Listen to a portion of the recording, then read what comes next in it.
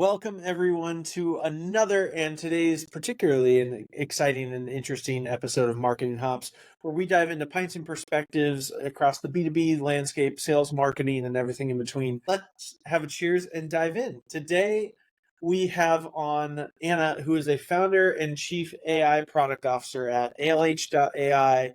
As well as AL-Tech.ai. She sits on multiple boards, nonprofit and for-profit, author, speaker. This one's a little bit different because we're going to go deep on AI and some of the stuff today. But Anna, thank you so much for being on. Thank you for inviting me, Jeff. It's a pleasure. Of course. So as we do here, always we start with the cheers. What are you sipping on today? Well, cheers. Cheers. Today I'm now sipping on Corona, as you could probably see from the lemon.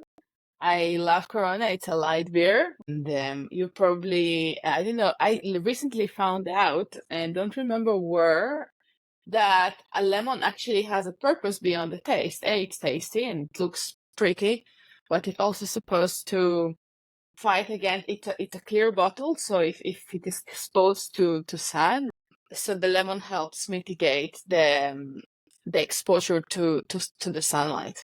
Huh, interesting. That creates a chemical reaction that is less good for our skin. All right. My dad learned something new on that one. Well, I'm sipping on something local here. It's from Drew Brew called the Pacific Crest Pale Ale, but a local one here for us in the Northwest. So excited to have that one on. All right. Well, let's get That's into it cool. because today's going to be a little bit different for our listeners. Because although you're not a marketing executive, you've got some funny connections to marketing. Let's just to start there, kind of, you bring a very different perspective than most of our guests. That's true, Jess. I'm a AI product and technology executive, but I have some ties to marketing. First of all, I'm usually surrounded by marketers wherever I work. Right? But beyond that, I'm married to one. My husband is a CMO, and I am also heading the marketing committee on one of the boards I sit on. Okay, so you live with the marketer day in day out, so you hear those different things. But I'm sure with that AI background and focus, you're probably hit up a lot at your companies there because a lot of us marketers are tinkering with AI on a daily basis there. But I wanted to give people a little bit of your background before we dive into the meaty topic of AI.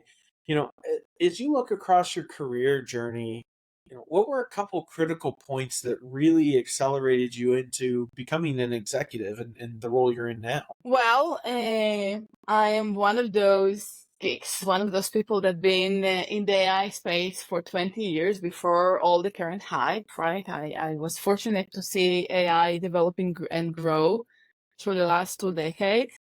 I did my master's in computer vision and a PhD in applied math, and I saw the AI evolve since then.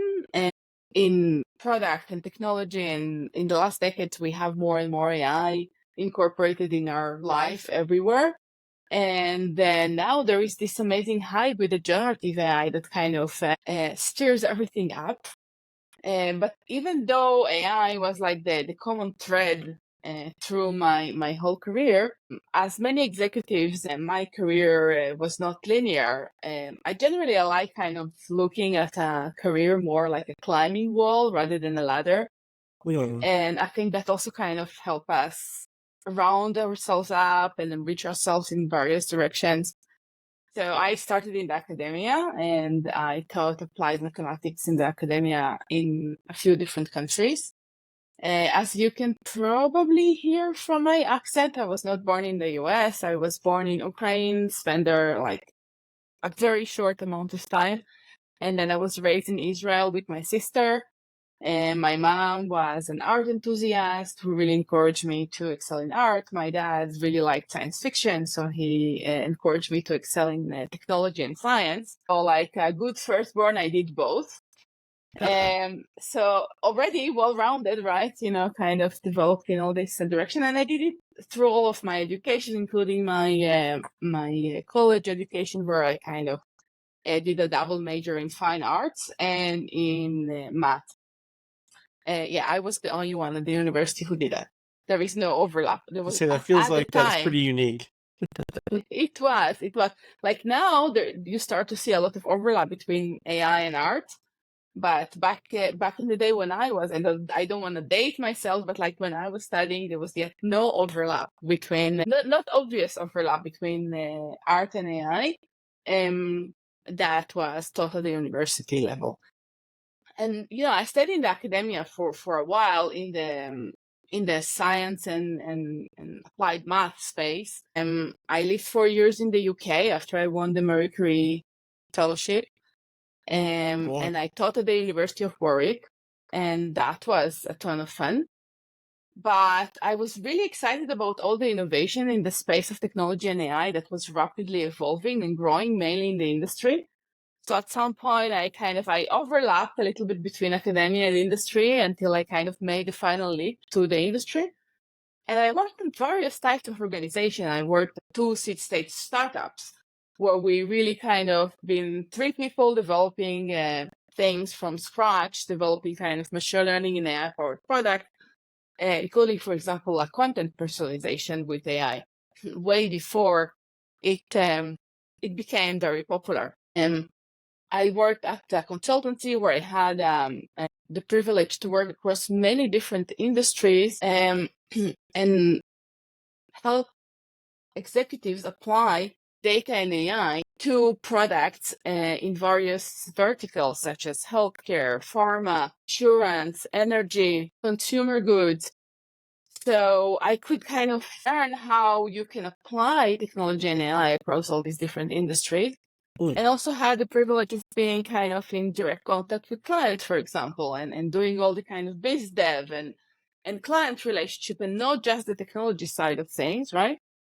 And I spent a significant amount of my career working in enterprise SaaS companies, developing SaaS products that are powered by AI. And that's the space in which kind of I became an executive leader, leading AI-powered products, mainly in SaaS, across kind of different spaces. So not a linear traditional path by any means.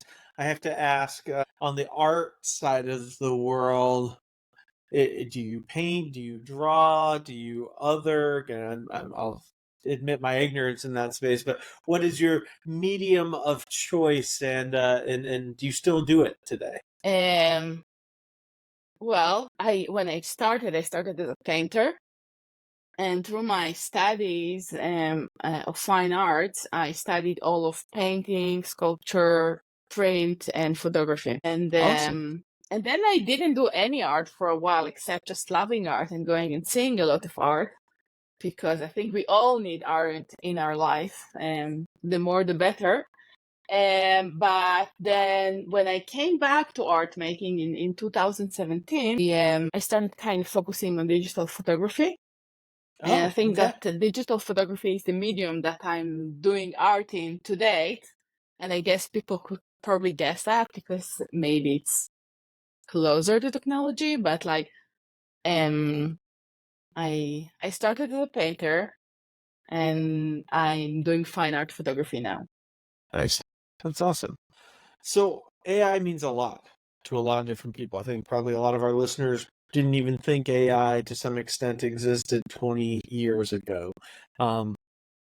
When you say AI, what do you mean? How would you define AI? I'm so glad you're asking me this question, Jeff, because I think with the current hype, there is a lot of excitement and a lot of opportunity, but there is also a lot of confusion about what AI is and what AI isn't. So AI has been around for like 70 years, and it's like an umbrella term for machine types of activity that try to mimic human reasoning, if we want to really kind of simplify it.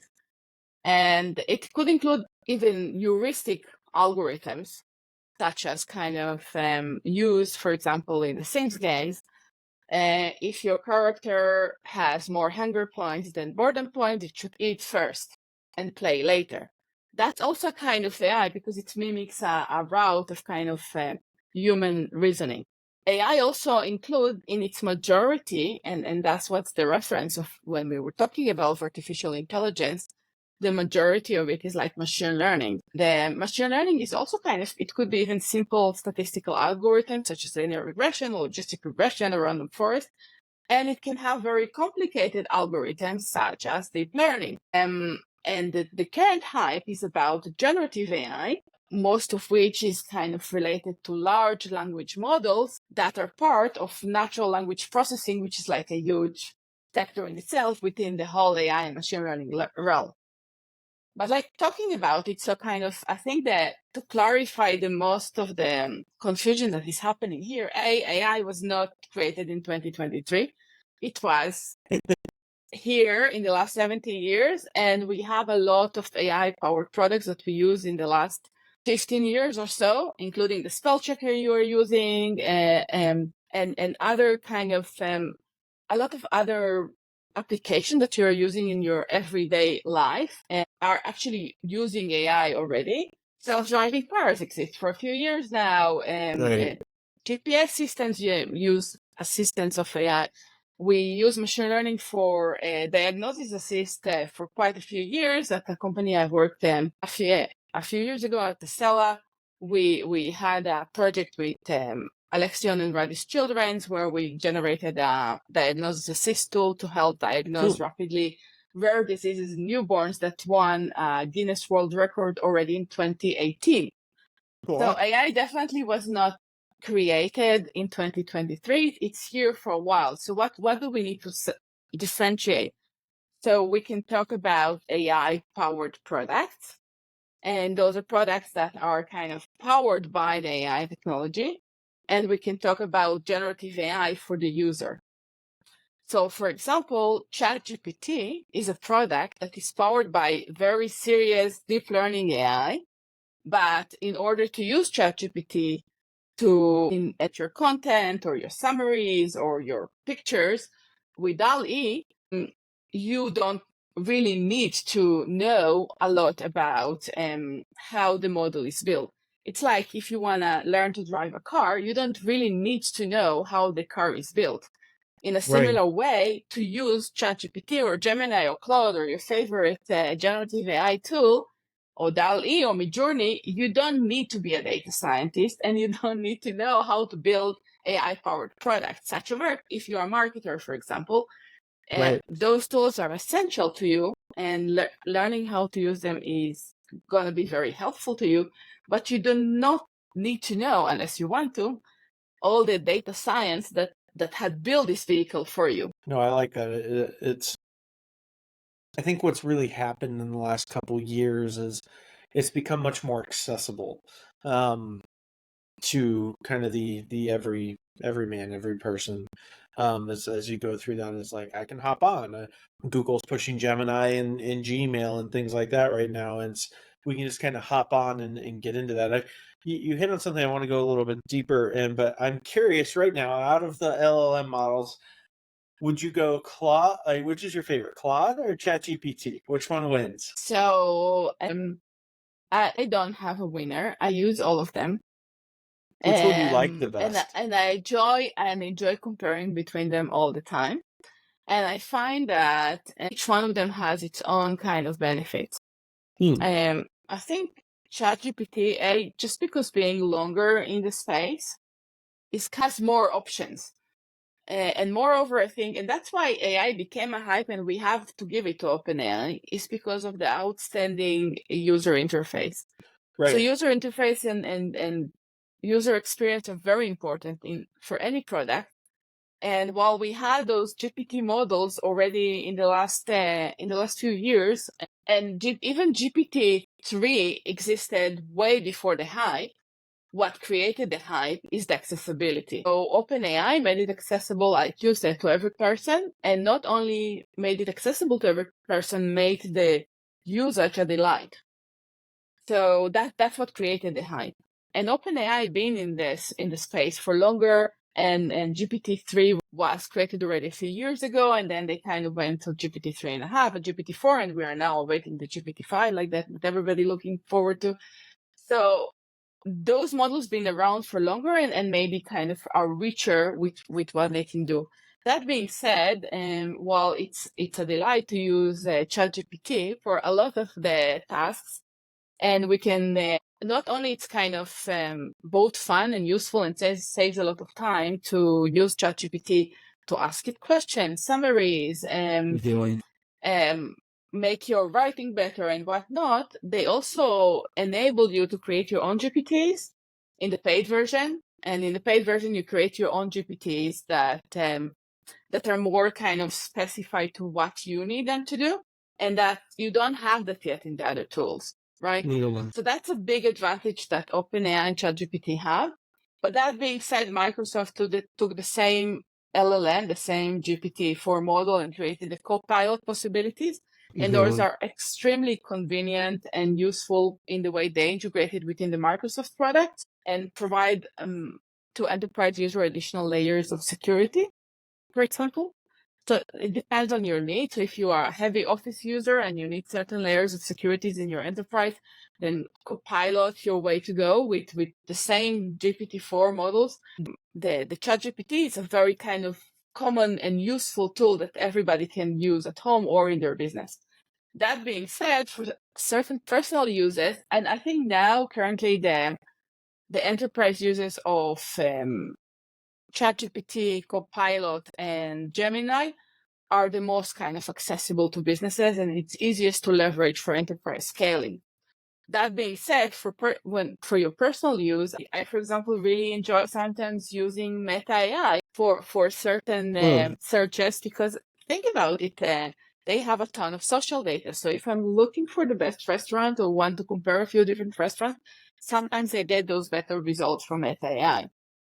And Claude, I found out, is sometimes much better in writing, like a more kind of concise yet really kind of likable content that I really enjoy reading. And being somebody who is in the space and love this space, I sometimes would take the same task and use it and apply the task in a few different of these apps and just take the result I like most. And Gemini, because it's connected to Google, obviously, it has a very, very good search engine. So if you want something that really depends on a good search engine, of course, Gemini has an advantage there. Cool. That's a good answer to that one, because sometimes people like for me, I use GPT probably daily, but I'll do more of my writing work in Claude, and just because I found it uses less marketing buzzwords and all that fun stuff. Yes. So A speaking fun of example. oh yeah, no, please. Oh, no, because you said the marketing words, right? So they became like an urban legend that ChatGPT uses the word delve, right?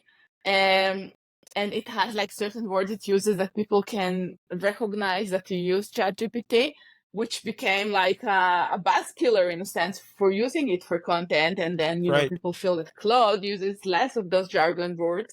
And I became even kind of more aware when in my own writing, did I use the word delve on my own? And people might think, so all these considerations are kind of becoming valid consideration. I think that will make a specialization. Each of these tools will be more specialized for a certain niche usage, maybe with time as we go. No, I love that. So this is a marketing show with a heavy marketing audience as we go through that. As you've been exposed to this stuff over the years, what do you think are some of the, I'll say, biggest opportunities, and on the flip side, biggest risk that marketers face in this era of AI? So again, I'm not a marketer. So I'm speaking as I'm an AI product and technology professional. So I'm looking generally at AI, and I'm familiar with marketing because I'm surrounded by marketers. I'm married to one, and I'm it's sure he probably asked you I those questions. and I recently completed the Pavilion CMO school to round myself up and learn more about the marketing field, especially because I think AI revolutionizing everything and will be part of every job and every aspect of our lives. That being said, it's already kind of revolutionizing marketing even more than other fields. Surveys show us that 95% of marketers believe that there is like a huge possibility in AI and a huge opportunity in AI, and that AI Really? will change the way marketing is done, and it's already doing so. So there are a few different areas that AI kind of affecting marketing, especially. So I would say the first thing is first of all kind of the data-driven decisions. That's affecting everybody, including marketing. So data-driven decisions are even more enabled with AI. So I always prefer data-driven decisions, but I think AI is a big enabler for that because with AI, you can really kind of analyze vast amounts of data, and not just vast amounts of data as in seconds, but you can also do it in new ways.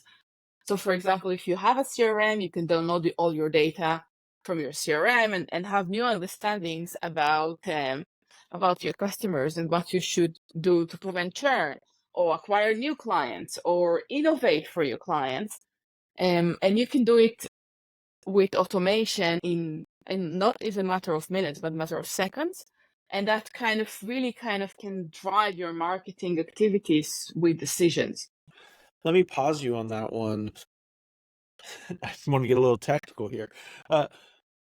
Say I have access to my HubSpot email data or all my campaign data or my CRM data, and I don't have a killer super smart AI product officer that I can go tap into for this.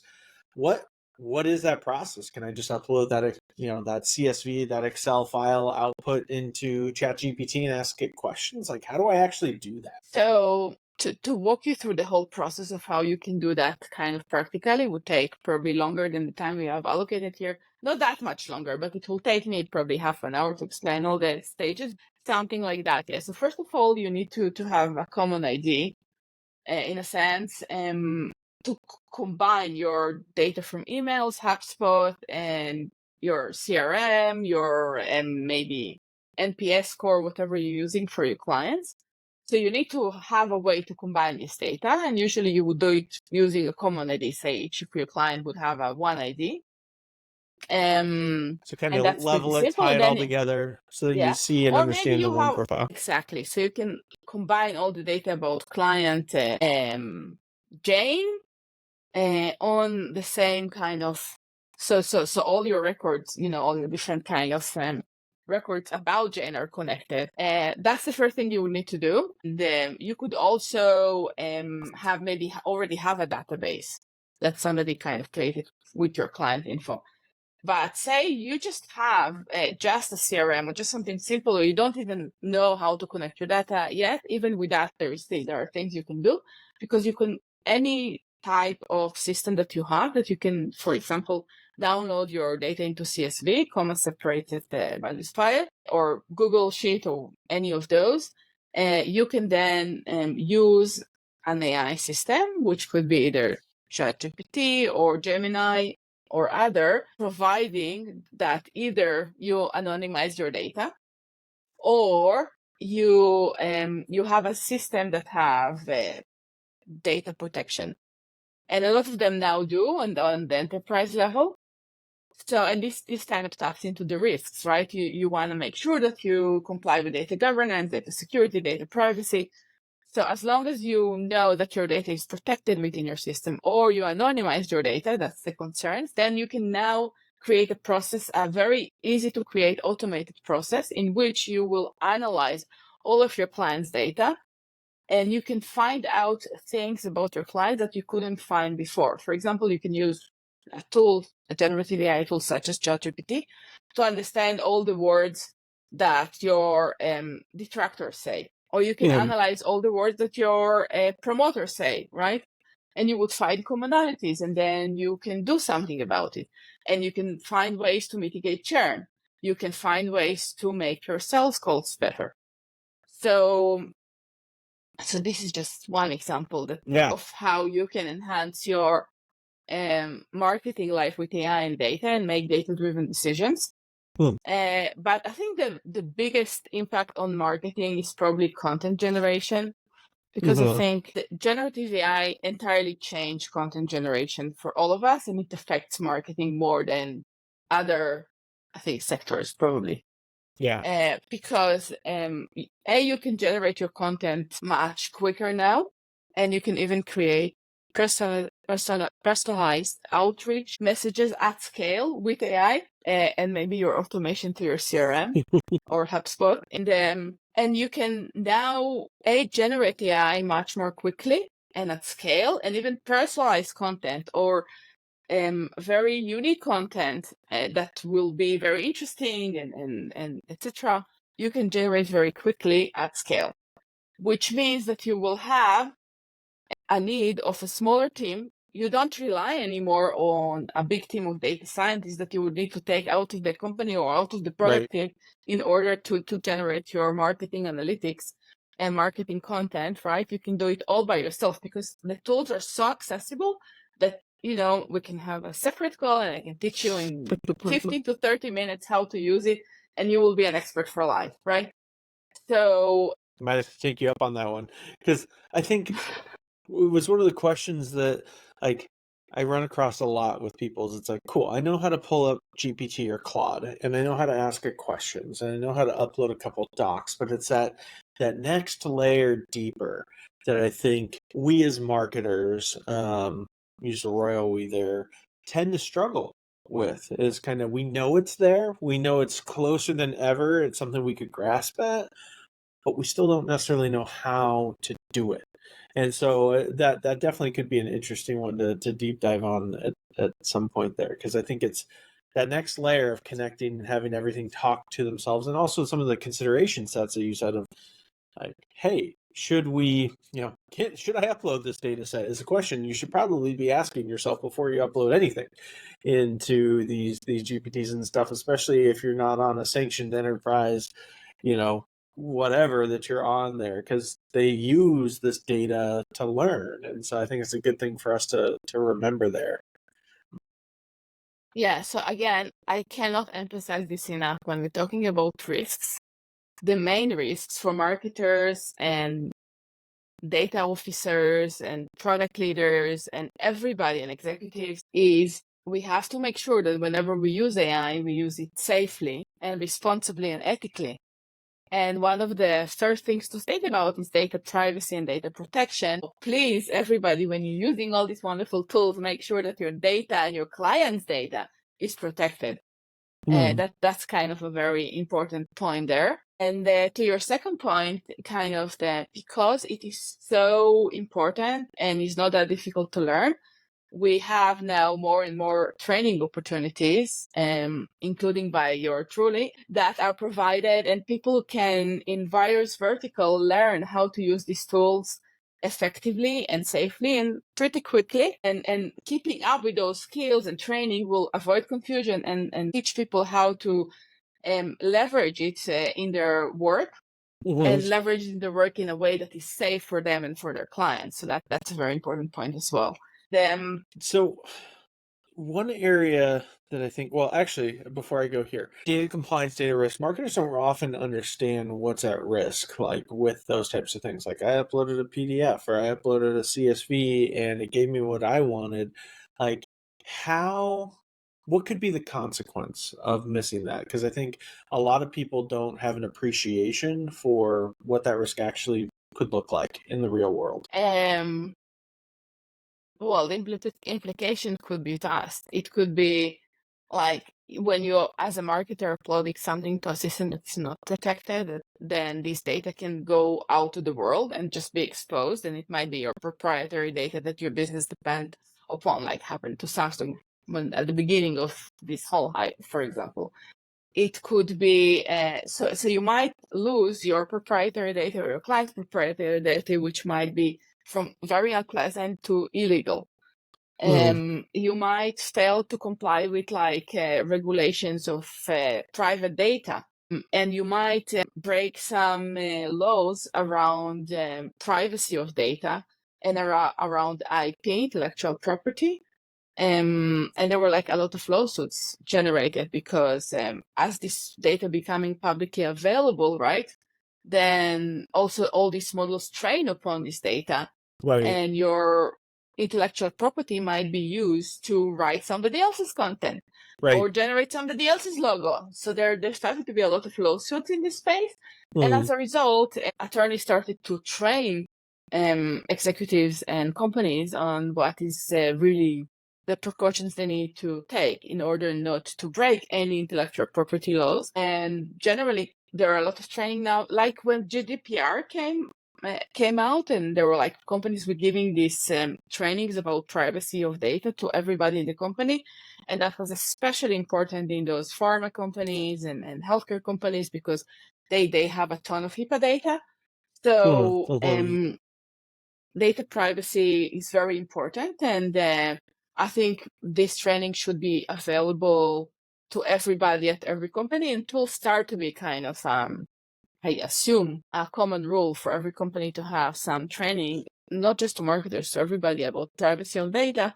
Because as soon as you upload some data especially to the unpaid versions of these generative AI tools, your data will be out there and available for other people to see, and available for other models to be trained on. I think that's the key is I'll put myself at times in the simpleton bucket of a marketer, and we get that bad rap sometimes, but it's I'll put it in there, but like nobody's going to use it. Nobody's going to access it. But it's number one, I think there are people who know how to dig around and find this proprietary data that got uploaded. But then it's training the models and things like that. And so, probably at the lighter end that nothing happens, but you could get fired for this, or you could also get arrested for it, depending on what you put in there. And so I think that's just a good level set for the audience of, like, you hear about this and a lot of people talk about it, but what does it really mean? What could truly happen to you as a marketer in that space? On the other end of the spectrum that I would love to get your thoughts on is AI is becoming, I'm trying to think of the right way to frame this.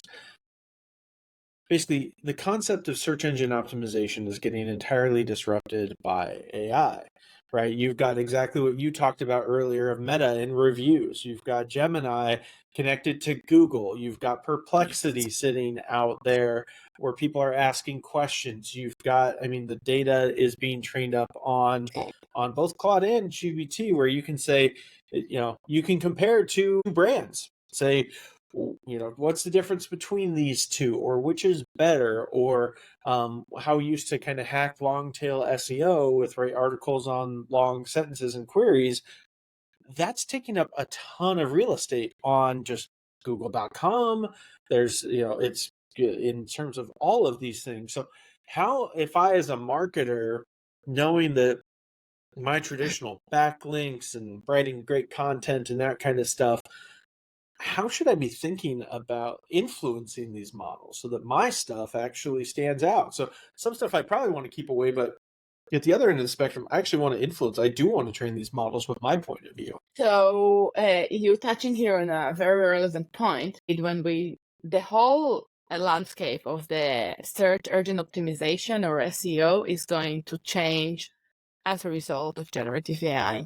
The whole SEO thing was kind of almost a Google invention, right? Because it ranks stuff based on how popular they are in appearing in searches and people clicking on them.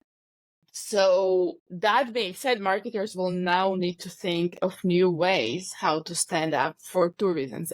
Now you're getting a lot of summaries instead of like links. So maybe there is no more ranking or direct access to your company, or Google wouldn't know whether somebody read about your particular content or somebody else's content in this great summary. So the SEO would change, and there already kind of a lot of discussion about like AI kind of driven types of results that will replace the search engine optimization. And that is coming. So marketers need to prepare themselves that the standard SEO that we used to be familiar with and drive and design our websites for is going to vanish, and we will have a new type of standing out and being at the top rank of those kind of what people search. So that's the first thing. And because people enjoy consuming summaries much more than than just seeing links. I Right. think that the whole search industry will go more and more into people reading summaries or even watching videos instead of having a bunch of links. So the whole thinking about how I can stand out going to change because indeed SEO activity is changing, and B, because everybody using AI to write their content now and to have a personalized outreach, how are you going to stand out? Right. So you need to really think as a marketer how you're going to stand out with everybody using AI, and how is your content going to be unique? And maybe it's by not just having text, but more pictures and video. And we're already seeing the popularity of Reels, for example. People Right. want Reels because it's different now. So we will have more video content, more live content, and more interactive content where the user or the viewer can interact with the content and engaged in this and get engaged in this way of interaction, right? Because the way to stand out wouldn't be anymore that ranking in a search, but other ways of engaging your viewers to stop and really kind of dive and engage with your content and seeing the uniqueness in it. Mm. No, I like that. It's one thing I've heard some people say is like, hey, start, telling ChatGPT and Claude and almost going model by model because they don't all use the same baseline learning package, and like telling it about your brand, telling it about your feature functions that you have, giving it a comparative chart to learn from that you do want it to learn from. And so like, is that just hype? Is that something marketers could start doing today to start to influence these models over time? Because it's not going to be a short-term thing, right? You've got to get into the data set, train the model. It's going to look at everything else that you don't have control over and formulate its own opinions, right? I'll say that with quotes around it, but like that's some of, I'll say, the stuff I've been hearing. Will that actually have any impact? So the newest version of ChatGPT, the paid version, but I'm pretty sure probably it's the free version as well, but I'm not entirely sure because I'm using the paid version. And definitely if you have a paid version, it remembers now everything across all of your chats. So it's getting to know you. It's getting to know your style and you and your preferences.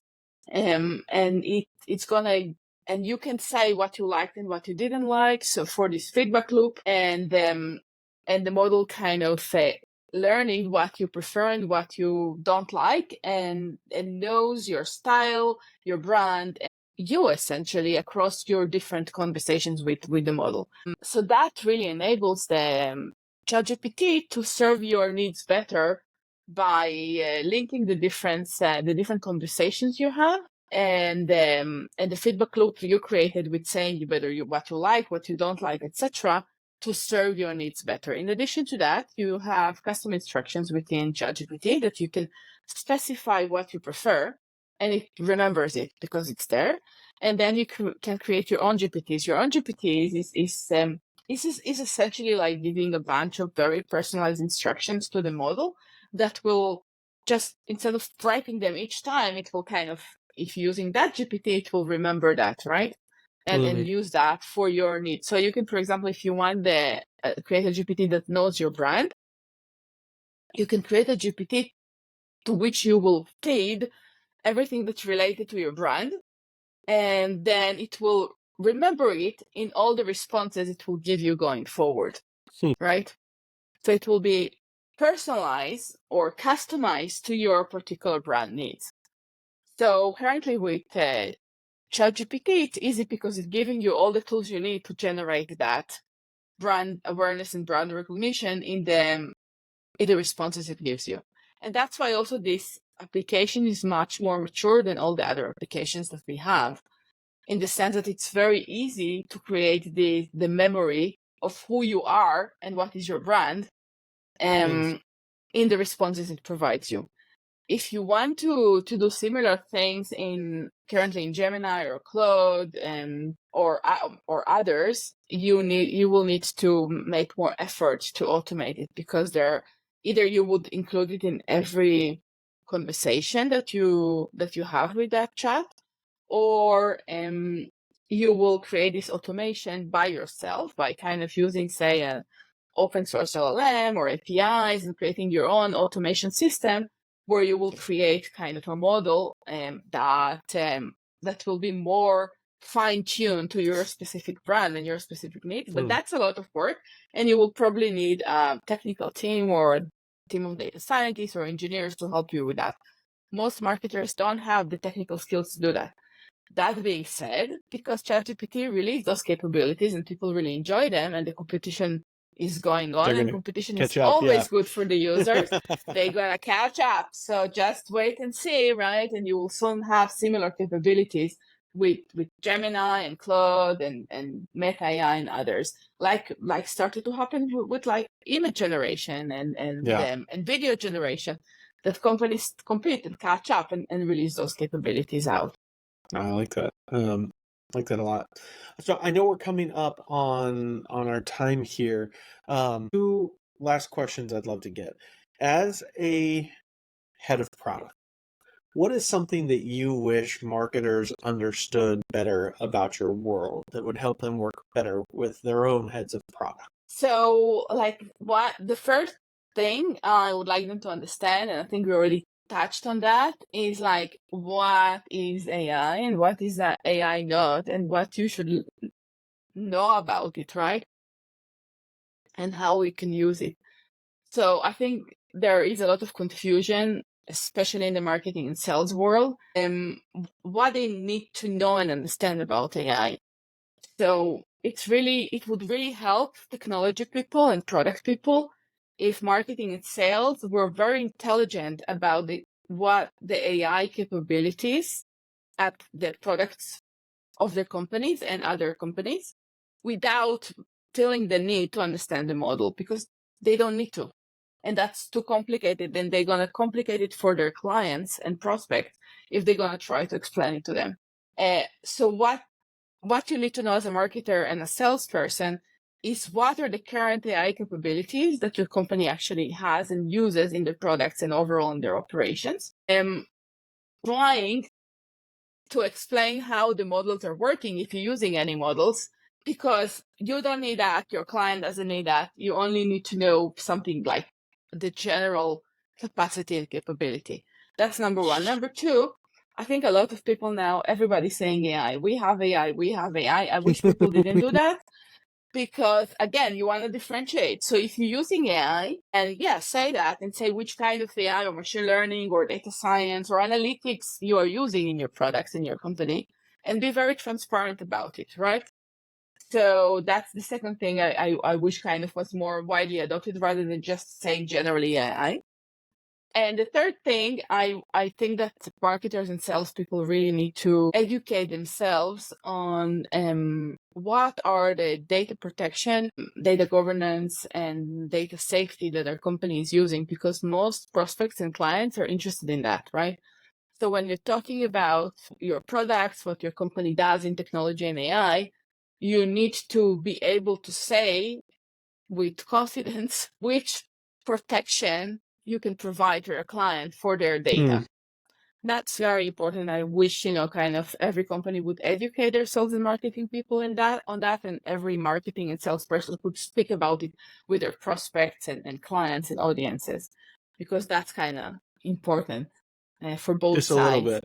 And for building trust, which I think is one of the biggest, we know that from Matt Dixon's Jolt Effect, is that building trust and having confidence in being able to deliver on what you say. And that's a big part of building confidence there. I think that's going to be it's similar to, I think, what we had happen in GDPR of like, how are you actually solving that? I think we're going to have a very similar question come up in our stuff. So product marketers, listen up on that. Don't just use general AI terms, and be able to educate your teams on what are the protections you have in place around that. So last question for you. If you could go back in time and give your younger self a piece of career advice in context of the world today, or a young marketer, young PM, what would that advice be? How would you coach yourself if you could go back in time? So I think that especially in technology, but I'm sure it's true for marketers as well, especially marketers in technology. it's really important to build relationships and make connections and have a community that you always communicate with. That not just for personal reasons. We all need a community and we all need a relationship, and that's what the world is changing rapidly. Mhm. And we rapidly changing the skills we need to do in our job, the knowledge we need to do in our job, and I'll touch about it in a minute. But I think that having a community really allows you to develop that resilience and flexibility and to understand different industries, right? Because maybe today you're a marketer in healthcare and tomorrow you're going to be a marketer in consumer goods. And maybe the next day your career will take you to be in e-commerce. So by having a community, you have that network of advisors that you can tap into and understand how your skills that are transferable between all those industries, whether it's technology, AI, or marketing, would apply to this specific industry. Well, it also helps you to build resilience and adaptability in your career in this ever-changing world, and it also helps you not to feel alone and to learn. And that's kind of my second part of things. Like, I'm a lifelong learner, and I would advise any young professional in any vertical or industry to be a continuous learner, because our world is evolving rapidly, and just adopting this mindset of learning and kind of continuing adapting your skills, sharpening your tools, and learning about new things will help you to adapt through the various changes we're going through. And be resilient to change is very important for marketers and any other executive and everybody essentially. And I think marketing is essentially a very good example for that, because AI is changing everything in our world. But I think it started affecting marketing very quickly because of the topics we talked about, such as content generation, a whole new world of SEO that is going to be developed, a whole new world of how you differentiate yourself, and new automation methods that can make you a much better and quicker marketer with a much leaner team if you're aware of them. So having that awareness and adopting quickly to learning new skills that can help you adapt better to change and be more resilient in your space are key. So I think these are the two things that really going to make every young developing or executive professional resilient and adapted and well adapted to the world. Is like, build your network, build your community, make those relationships, and adopt a lifelong learning mindset of continuously learning and sharpening your skills and your tools. I love that.